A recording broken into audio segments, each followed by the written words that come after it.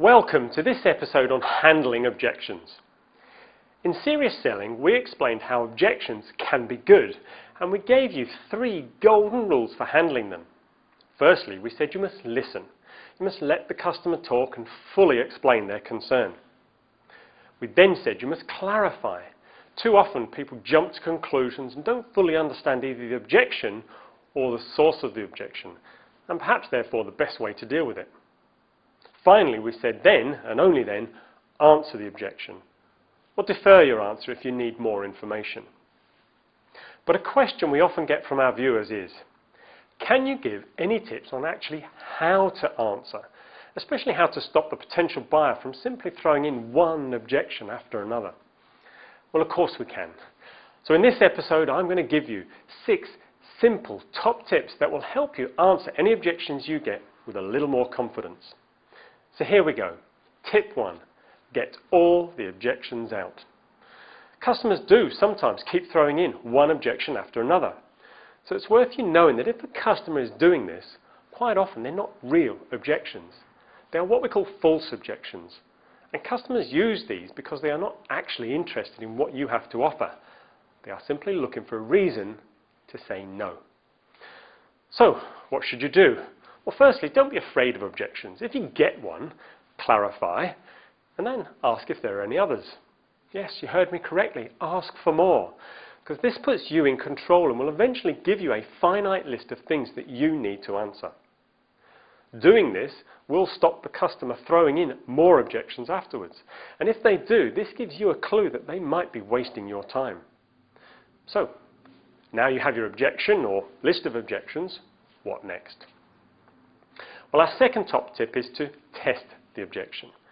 Now, this is a very powerful technique because it means the customer has to make a commitment to potentially either doing business with you or not. So here is the question that you need to ask. Well, if we could do that, would you be prepared to go ahead? Now, this is quite a clever question because the customer, as I said, now has to make a commitment to do business or lie. Of course, they could say no, but if they do, then this questions why they're even asking the question in the first place. And is it a real objection? So it's a great way of testing the objection. Our third top tip is to challenge the objection. Remember, we said in the 3 C's episode that objections could actually be coming from your competition. So you might need to be prepared to challenge it. But firstly, this might simply be in the form of defense against something that's incorrect. And this is why situational fluency is so important, and why knowing all you can about your company, your products, your market, your competition, etc. is so critical. The second way to challenge your customer objection is to base it on what the customer has been telling you. So you might have to ask the customer why they would say something when they've been telling you something else. Obviously, the top skill required here is that you have been listening. So perhaps go back and watch episode 23 of Serious Selling called Listen Up. Our fourth top tip is to reverse the objection. Now, with this technique, it's about using the reason the customer is giving you not to do something as the very reason why they must do something. Let me give you an example. Let's say your product or service helps a business get invoices paid quicker.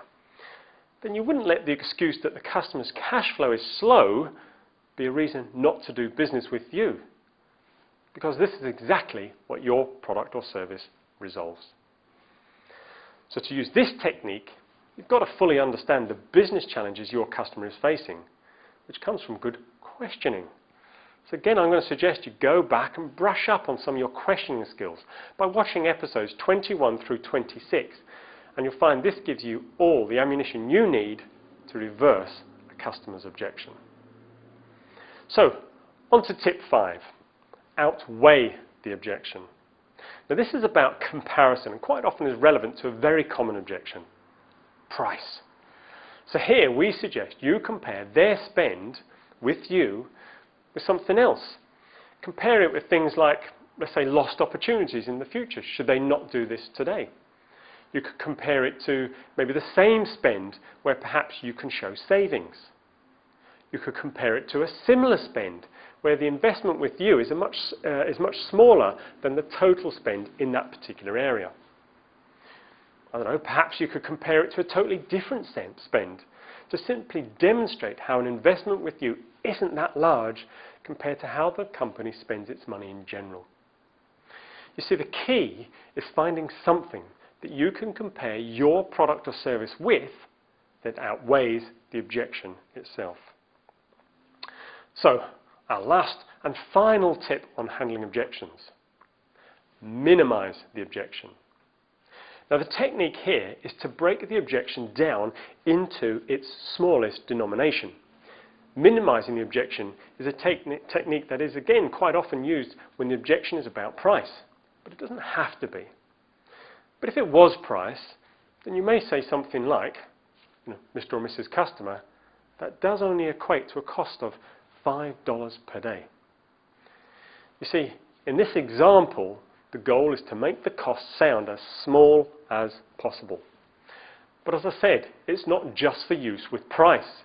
It might be a project rollout or software deployment where the customer is worried about the workload involved in changing. So in this situation, it'd be about minimizing the work involved, by perhaps explaining that it would only be so many hours a day. So there you have 6 top tips on how to deal with objections. Tip 1, get all the objections out. Tip 2, test the objection. Number 3 was challenge the objection.